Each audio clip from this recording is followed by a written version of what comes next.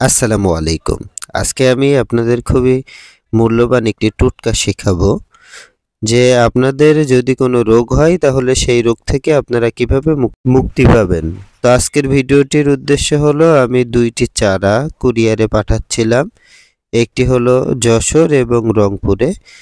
এটা দেখতে পাচ্ছেন, এটা হলো সফেদ মুসলি এবং এই সাইডেরটা হলো আপনার সাদা কুশ গাছের চারা।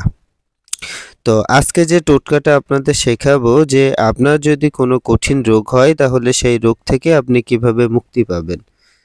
তো দেখা যায় অনেকেই আছেন যারা কবিরাজি করেন, একজন রোগী আসলো তাকে কিভাবে আপনি আহ, সেই রোগের জন্য কিছু দিতে পারবেন। তো এই জন্য আপনাকে যেটি করতে হবে সূরা ফাতিহার আমল করতে হবে এবং আপনি যেটি করবেন সূরা ফাতিহার নকশা লিখবেন।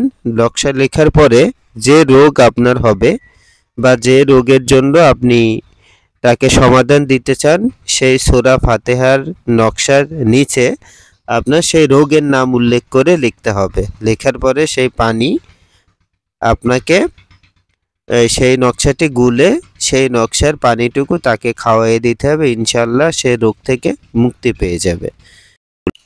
আপনি লেখার সময় অবশ্যই মেশকো জাবরং কালি দিয়ে লিখবেন, কারণ আপনি যদি সাধারণ কালি দিয়ে লেখেন তাহলে কিন্তু রং উঠবে না কাগজ থেকে।